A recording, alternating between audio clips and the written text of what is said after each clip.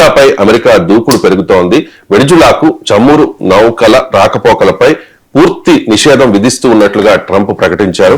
సముద్రంలో భారీగా నావీ సైన్యాన్ని మోహరించి ప్రతి చమురు నౌకను అడ్డుకుంటాము అంటూ ట్రంప్ తన ట్రూత్ సోషల్లో ప్రకటించిన పరిస్థితి సార్. వెనిజులా ఆక్రమణకు అమెరికా దిగుతోందనే వార్తలు కూడా వస్తూ ఉన్నాయి. సార్, అసలు ట్రంప్ టార్గెట్ ఏంటి? ట్రంప్ చెప్తున్న కారణాలు ఏంటి అనేది మొదలు విశ్లేషించి అసలు కారణం చెప్తాను. మొదటి కారణం ఏమంటున్నాడు? Drug trade. అందులో కూడా ఫెంటినెల్ అంటున్నాడు. ఫెంటినెల్ అనేది బాంబుల కన్నా ప్రమాదం. అమెరికాలో ప్రతి ఏటా 2 లక్షల నుంచి 3 లక్షల మంది దీనివల్ల చనిపోతున్నారు అంటూ ఇటీవల ఒక ఎగ్జిక్యూటివ్ ఆర్డర్ సంతకం చేశాడు. ఫెంటినెల్ ఇది వెపన్ ఆఫ్ మాస్ డిస్ట్రక్షన్, జన విధ్వంసక మారణాయుధము అని. అంటే ఒక కెమికల్ వెపన్ లాగా, ఒక బయాలజికల్ వెపన్ లాగా, ఒక న్యూక్లియర్ డివైస్ లాగా, ఒక ఆర్డిఎక్స్ లాగా అంటే పేలుడు పదార్థం లాగా దీన్ని వర్గీకరించారు. సో ఈ ఫెంటినెల్ అమెరికాలోకి వెనిజులా పంపిస్తోంది. అందువల్ల వెనిజులాను మేము అడ్డుకుంటాం ఫెంటినెల్ని. మరి డ్రగ్స్ అడ్డుకుంటామని మొదలైన ట్రంప్ ఆయిల్ ఎందుకు అడ్డుకుంటున్నాడు? అక్కడే అర్థమవుతుంది కదా అసలు ఆయన లక్ష్యం డ్రగ్స్ కాదని. సో డ్రగ్ ట్రాఫికింగ్ అడ్డుకోవడం కొరకు చేస్తున్నా అంటున్నాడు. ఇది కొత్తగా వెనిజులానే కాదు, చైనా విషయంలో కూడా అదే చెప్పాడు, ఫెంటినెల్ అన్నాడు. ఆఖరికి తమ మిత్ర దేశమైన కెనడా పైన ఆంక్షలు విధించడానికి కూడా ఫెంటినెల్ అన్నాడు. మెక్సికో, కొలంబియాలపై కూడా ఫెంటినెల్ అన్నాడు. సో ఎవరిని అటాక్ చేయాలనుకున్నా ట్రంప్ వాడే పదం ఫెంటినెల్. సో ఈ ఫెంటినెల్ ను ఇప్పుడు వెపన్ ఆఫ్ మాస్ డిస్ట్రక్షన్ గా ప్రకటించడం ద్వారా డ్రగ్ ట్రాఫికింగ్ ను నేషనల్ సెక్యూరిటీ ఛాలెంజ్ గా మార్చేశాడు, జాతీయ భద్రతా సవాల్గా. దాంతో యుద్ధం చేసే అధికారం అమెరికా ప్రెసిడెంట్ కు ప్రకటించే అధికారం ఉంటుంది. సరిగ్గా దశాబ్దాల క్రితం సద్దాం హుస్సేన్ నాయకత్వం ప్రభుత్వాన్ని కూల్చడానికి ఇరాక్ను అమెరికా ఇన్వేడ్ చేసినప్పుడు వాడింది కూడా ఇదే. సద్దాం హుస్సేన్ దగ్గర వెపన్స్ ఆఫ్ మాస్ డిస్ట్రక్షన్ ఉన్నాయి, అందుకొరకు నేను అటాక్ చేస్తున్నా అన్నాడు. ఇప్పుడు ఇన్ని దశాబ్దాలు అయింది, ఇరాక్ లో సద్దాం హుస్సేన్ దాచిపెట్టిన ఒక్కటంటే ఒక్క weapon of mass destruction America చూపెట్టిందా? ఇప్పుడు తాజాగా మళ్ళీ వెనిజులా దగ్గర వెపన్ ఆఫ్ మాస్ డిస్ట్రక్షన్ ఉంది, ఫెంటినెల్ అంటున్నాడు. వాస్తవంగా South America is not a fentanyl కేంద్రం కాదు, వెనిజులా కాదు.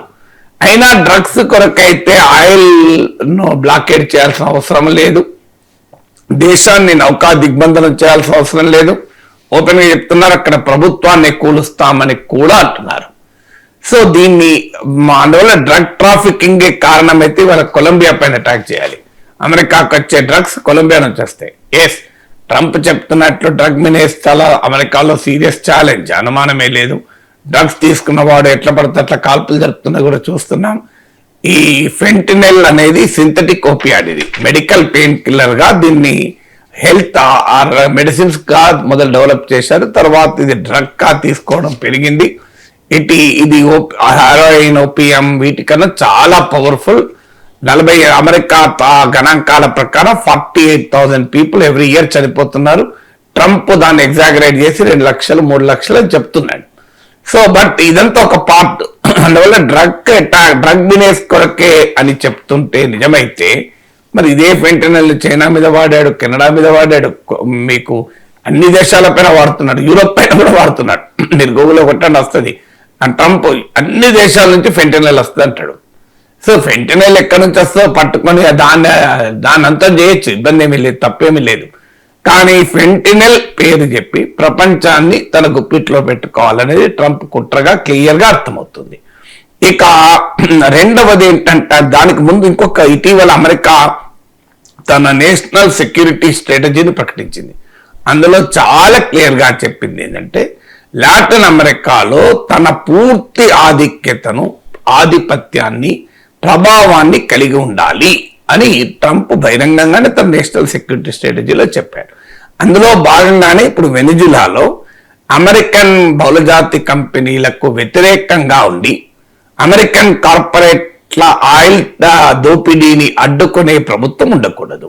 సో అక్కడ Venezuela is one of the richest oil resource ఉన్న కంట్రీ.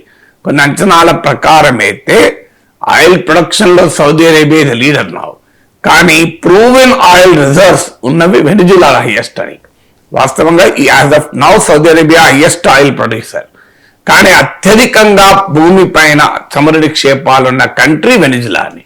అదే కాకుండా అక్కడ గోల్డ్ నుంచి మొదలుకొని అనేక ప్రేషియస్ ఖనిజాలన్నీ దొరుకుతాయి.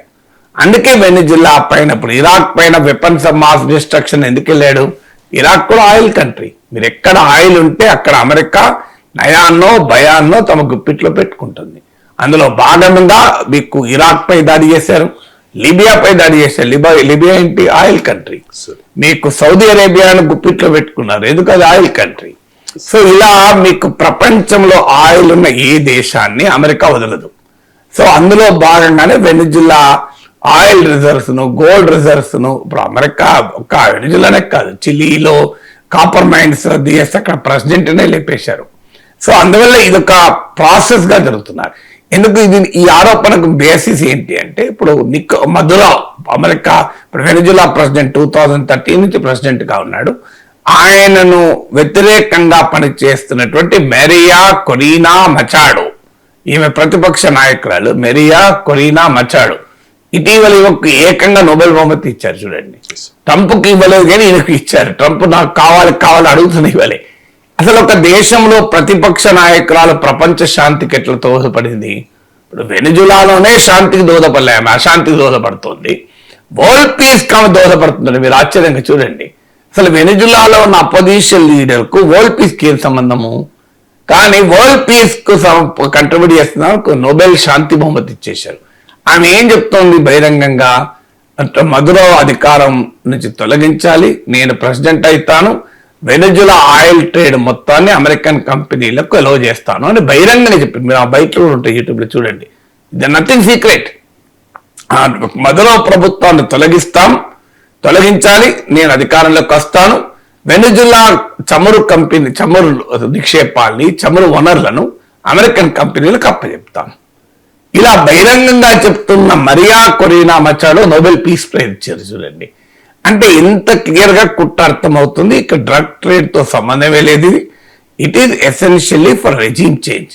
అంటే తమ దోపిడీకి, చమురు కంపెనీల దోపిడీకి అడ్డంకిగా ఉన్నాడని మధురౌను తొలగించదలుచుకుంది అమెరికా. పోనీయండి, మరి నిజంగానే మధురౌ ప్రజాస్వామ్యవాద, మధురై యొక్క నియంత ఎన్నికలు రిగ్గింగ్ చేశాడు. నేను ఆ డిబేట్లోకి వెళ్ళడం లేదు, నియంతే అని అంగీకరించుదాం. నియంత అవునా కాదా చర్చ కూడా నేను చేయడం లేదు. మరి ప్రపంచంలో నియంత్రణలందరినీ అమెరికా తొలగించిందా? పాకిస్తాన్లో అసీం మునీర్ ప్రజాస్వామ్యవాద, సౌదీ అరేబియాలో క్రౌన్ ప్రిన్స్ సల్మాన్ ప్రజాస్వామ్యవాద, జోర్డాన్ రాజు ప్రజాస్వామ్యవాద, ఈజిప్ట్ ప్రభు ప్రజాస్వామ్యవాద, వీళ్ళందరూ ఖతార్ రాజు ప్రజాస్వామ్యవాద. వీళ్ళంతా నియంత్రలు కాదా? వీళ్ళందరూ నియంత్రలు కాకుండా ఎవరు? మీకు సిరియాలో ఉన్న అల్షరా ప్రజాస్వామ్యవాద. ఎవరు ఇక్కడ ప్రజాస్వామ్యవాదులు చెప్పండి? వీళ్ళందరూ నియంత్రలు కాదా? మా ఫ్రెండ్ అని చెప్తున్న పుటిన్ ప్రజాస్వామ్యవాద.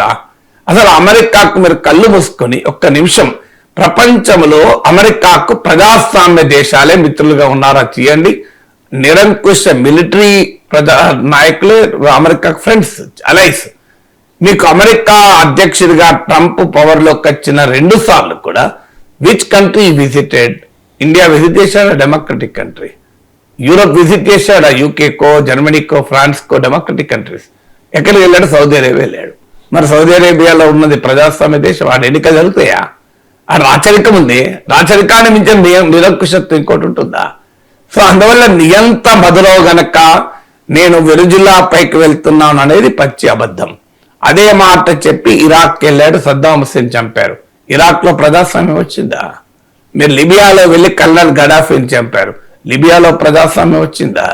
ఆఫ్ఘనిస్తాన్కి వెళ్ళి 20 ఏళ్ళు తిష్ట వేసి కూర్చున్నారు, తర్వాత ప్రజాస్వామ్యం ఇప్పుడు పరిమళిస్తోందా? తాలిబాన్లకు కప్పచెప్పి వెళ్ళిపోయింది కదా అమెరికా.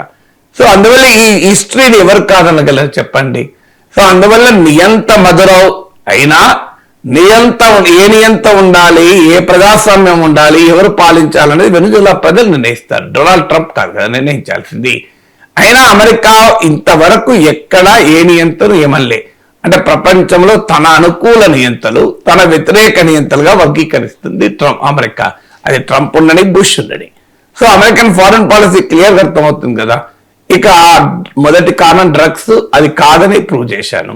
రెండవ కారణం మధురో నియంత, అది కాదని ప్రూవ్ చేశాను. మూడవ కారణం ఏంటి? మధురో ఇస్ ఎ టెర్రరిస్ట్. ఎందుకంటే ఫెంటినిల్ ఇది వెపన్ ఆఫ్ మాస్ డిస్ట్రక్షన్ కనుక అమెరికాలో 2 లక్షల మంది నుంచి 3 లక్షల మంది మరణాలకు కారణమవుతున్న వాటిలో 94% వెనిజులానే చేస్తోంది. అందువల్ల మధురో ఇది టెర్రరిస్ట్ అంటున్నారు. అది కూడా నేను వాదించడం లేదు. మధురో టెర్రరిస్ట్ అనుకుందాం. ప్రపంచంలో టెర్రరిస్టులతో ట్రంప్ కరచాలనం చేయడం లేదా, విందు భోజనాలు చేయడం లేదా? అసీం ముని టెర్రరిస్ట్ కాదా? ఓపెన్ గానే ప్రపంచాన్ని బెదిరించాడే ఫ్లోరిడాలోనే, అమెరికా గడ్డపై నుంచే మా పాకిస్తానే పడిపోయే పరిస్థితి ఉంటే మాది అణ్వస్త్ర దేశం, మాతో పాటు సగం ప్రపంచాన్ని పడేస్తా ఉన్నాడు. ఇంతకన్నా టెర్రరిస్ట్ ఇంకెవడని ఉంటాడా? ఓపెన్ గానే కశ్మీర్ మా జీవనాడి అంటూ భారతదేశం పైకి తీవ్రవాదాన్ని రెచ్చగొట్టడం మా బాధ్యత అని మాట్లాడిన జిహాదీ లాంగ్వేజ్ మాట్లాడే అసీం మునీర్ టెర్రరిస్ట్ కాదా? మరి అదే అసీం మునీర్ ను terrific guy, my most favourite guy, wonderful guy అని అంటూ ప్రపంచంలో ఏ ప్రజాస్వామికంగా ఎన్నికైన నాయకునికి ఇవని గౌరవం అసీం మునీర్కి ఇస్తలేడా? ఈ 6 నెలల్లో ఇప్పుడు త్వరలో 3వసారి కలవబోతున్నాడు అసీం మునీర్. మరి అసీం మునీర్ టెర్రరిస్ట్ కాదా? పోనీయండి, అసీం మునీర్ టెర్రరిస్ట్ అనేది ఇండియన్ ఆరోపణ. అమెరికానే టెర్రరిస్ట్ గా ప్రకటించిన ఇంకో నాయకుడు ఉన్నాడు. అతని పేరు అల్ షరా. అతను అల్ ఖైదాలో, ఐసిస్ లో పనిచేసి సిరియాలో బషర్ అల్ అసద్ ప్రభుత్వానికి వ్యతిరేకంగా తిరుగుబాటు చేసి ఇప్పుడు సిరియా అధ్యక్షుడిగా ఉన్నాడు. ఇతన్నైతే అమెరికానే తీవ్రవాదిగా ప్రకటించి $1 కోటి బౌంటీ ప్రకటించింది. మరి అల్ షరా సౌదీ అరేబియాలో ట్రంప్ ఉండగా వచ్చి ట్రంప్ను కౌగలించుకున్న, ట్రంప్ ఆయనను కౌగలించుకున్నాడు. మీరు ఫోటోలు కూడా గూగుల్ ఇమేజెస్ లో కొట్టండి, ట్రంప్ విత్ అల్ షరా వస్తుంది. సో మీకు 33 మినిట్స్ మాట్లాడాడు.